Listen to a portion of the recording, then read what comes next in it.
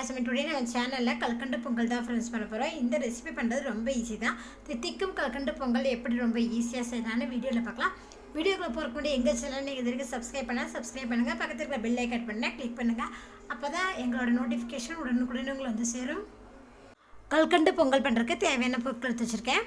1 cup பச்சரிசி, 1 cup கல்கண்டு பொடி பண்ணி வச்சிருக்கேன். இதோட 15 முந்திரி, 15 திராட்சை, 1 கப் பால். பாருங்க, கல்கண்டு பொங்கல் பண்ணுறதுக்கு அடுப்பில் ஒரு சில்வர் பானையில் எந்த கப்பில் அரிசி எடுக்கிறீங்களோ அதே கப்பில் 3 கப் அளவுக்கு தண்ணி ஆட் பண்ணிக்கலாம். இதோடவே காய்ச்சின பால் 1 கப் ஆட் பண்ணிக்கோங்க. இது நல்லா கொதிக்கட்டும். பாருங்கள், நம்ம தண்ணி ஊற்றணும், பாலும் ஊற்றிருக்கோம், 2 சேர்ந்து பாருங்கள். இப்போ நல்லா கொதிச்சிட்ருக்கு, பொங்குது பாருங்கள். இந்த ஸ்டேஜில் நம்ம அரை மணி நேரத்துக்கு முன்னாடியே பச்சரிசி தண்ணியில் ஊற போட்டு வச்சுருந்தேன். இப்போ தண்ணி இல்லாமல் இது பச்சரிசியை இதில் ஆட் பண்ணிக்கலாம்.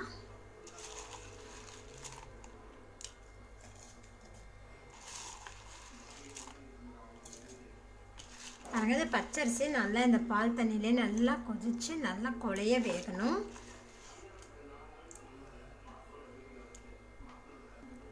அரிசி போட்டதுமே நல்லா கிளறி விட்டுருங்க.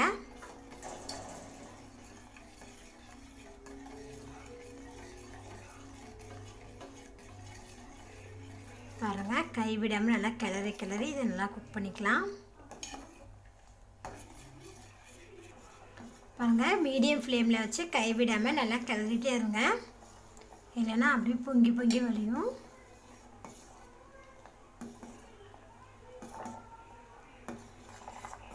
பாருங்கள், கைவிடாமல் கிளறிட்டே இருந்தேன். பச்சரிசி பாருங்கள் நல்லா குழைய வெந்திருக்கு. பாருங்கள் எப்படி வெந்திருக்குன்னு பாருங்கள். இந்த ஸ்டேஜில் நம்ம ஃப்ளேம் வந்து லோ ஃப்ளேமில் வச்சுக்கோங்க. வச்சுட்டு பாருங்கள், 1 கப்பு கல்கண்டை பொடி பண்ணி வச்சுருக்கேன் மிக்ஸி ஜாரில். அப்படி நீங்கள் பொடி பண்ணல அப்படின்னா ஒரு 1/4 கப் தண்ணியில் கல்கண்டை ஊற வச்சுருங்க. அதை நல்லா ஊறி கரைஞ்சிரும் தண்ணியில். பாருங்கள், இப்போது கல்கண்டு பொடியை போட்டாச்சு.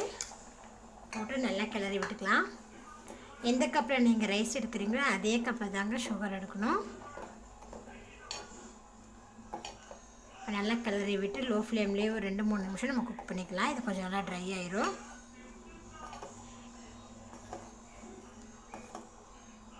நம்ம கைவிடாமல் கிளறும் போது தான் நம்மளுக்கு அடி பிடிக்காதுங்க. பாருங்கள், கல்கண்டு பவுட்ரு போட்டு நல்லா செட் ஆகிடுச்சு பாருங்கள். ரைஸ் கூட ரைஸும் பாருங்கள் நல்லா குழைய வெந்துருச்சு. இப்போ நம்ம நெய்யில் முந்திரி திராட்சை வறுத்து இதில் ஆட் பண்ணிக்கலாம். தாளிக்கிற கடாயில் ஒரு 2 டேபிள் ஸ்பூன் நெய் விட்டுக்கலாம். பாருங்கள், நெய் உருவதுமே நம்ம இதில் எடுத்து வச்சுருக்கிற முந்திரி பருப்பு இதில் ஆட் பண்ணிக்கலாம். அதோடவே உலர் திராட்சை ஆட் பண்ணிக்கலாம். ஆட் பண்ணி நெய்யில் வறுத்துக்கலாம்.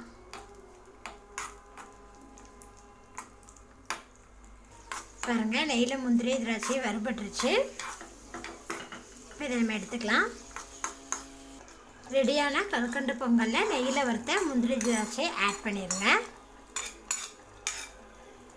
நம்ம பால் எதுக்கு போடுறோம்னா நல்லா சாஃப்டாக இருக்குங்க, சாப்பிட்றதுனா டேஸ்ட்டாகவும் இருக்கும். பாருங்கள், முந்திரி திராட்சை ஆட் பண்ணி நல்லா கலந்து விட்டுட்டேன். அவ்வளோதான், நம்மளோட கல்கண்டு பொங்கல் ரெடி ஆகிடுச்சு. இப்போ ஸ்டவ் ஆஃப் பண்ணிடலாம். கல்கண்டு பொங்கல் செய்கிறதுக்கு நம்மளுக்கு 3 பொருள் தாங்க தேவை. கல்கண்டு, பச்சரிசி, பால், இந்த 3 தான். பாருங்கள், இந்த 3 வச்சு ஒரு சூப்பரான கல்கண்டு பொங்கல் ரெடி பண்ணிட்டேன். டேஸ்ட்டு அருமையாக இருக்கும். நீங்களும் இந்த ரெசிபி வீட்டில் செஞ்சு பாருங்கள். செஞ்சு பார்த்துட்டு உங்கள் ஃபீட்பேக் சொல்லுங்கள். இந்த வீடியோ பிடிச்சா லைக் பண்ணுங்கள், உங்கள் ஃப்ரெண்ட்ஸுக்கு ஷேர் பண்ணுங்கள். மறக்காம ஆமினாஸ் சமையல் சேனலை சப்ஸ்கிரைப் பண்ணுங்கள். நன்றி.